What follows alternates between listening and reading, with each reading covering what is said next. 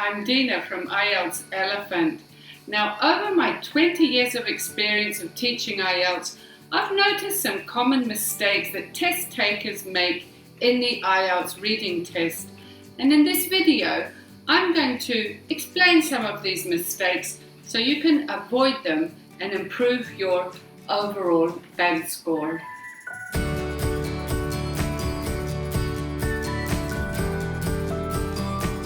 So mistake number 1, not reading the instructions carefully. Don't try to save time by skipping this part. The instructions give you important information about what exactly you need to do and how many words there should be in your answer. Going over the word limit is a common cause of wrong answers. So if the answer requires, for example, 1 word and you write 2 or 3, the whole answer will be wrong, even if one of the words is a or the. For example, if the correct answer is vegetables and you write the vegetables, you would lose the mark because that would be 2 words. Mistake number 2, not leaving time to transfer your answers to the answer sheet. There's no extra time in reading to enter your answers on the answer sheet. So make sure you get them all down within the 60 minutes. Mistake number 3, leaving a blank. Make an educated guess, especially in multiple choice type questions if you're not sure of the answer. At least you'll have a chance at choosing the correct answer. Whereas by leaving an empty space, this means you have no chance. On to mistake number 4, getting stuck on unknown vocabulary. There will surely be words you don't know the meaning of. Just ignore them. Most of the time, you won't even need them. You can answer the question from the words in the context. That means the words around.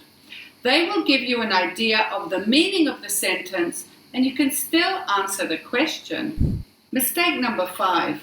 Copying the answer incorrectly.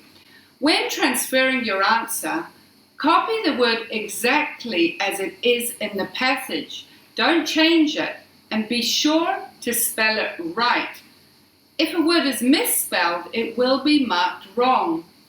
You are allowed to write in capitals and lowercase, but you will lose marks if you do not use a capital for the first letter of proper nouns such as the United Kingdom, or for the title of a book or film, for example.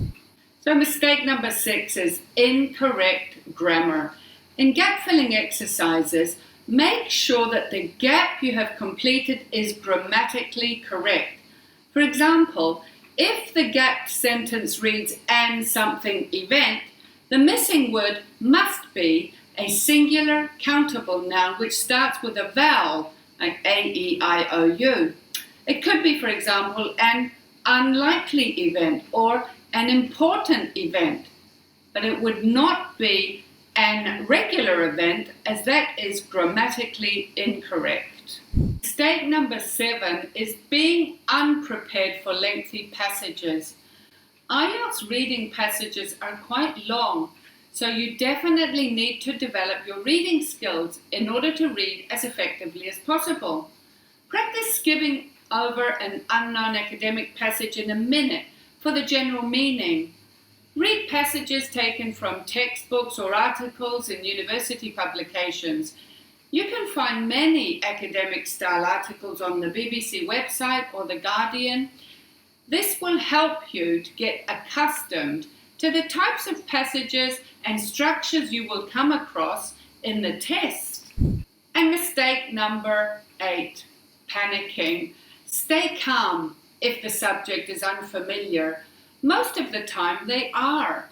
You can still find the relevant answer in the passage using reading techniques. In my course, I explain the best possible techniques with real examples.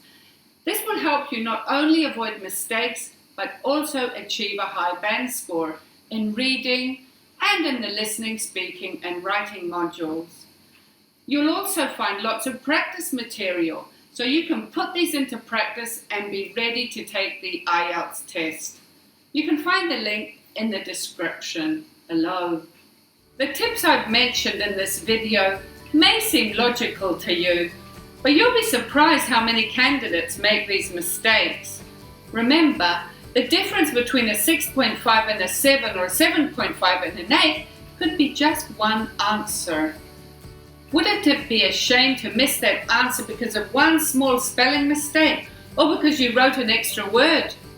So pay attention to the points I've mentioned above when you're doing practice tests, and it will become routine for you to check that you haven't made these common mistakes. I hope you found this video helpful. Do you have any specific questions you want about reading or any other module? Leave your question in the comments below and make sure you subscribe so you don't miss it. I'll see you in the next video.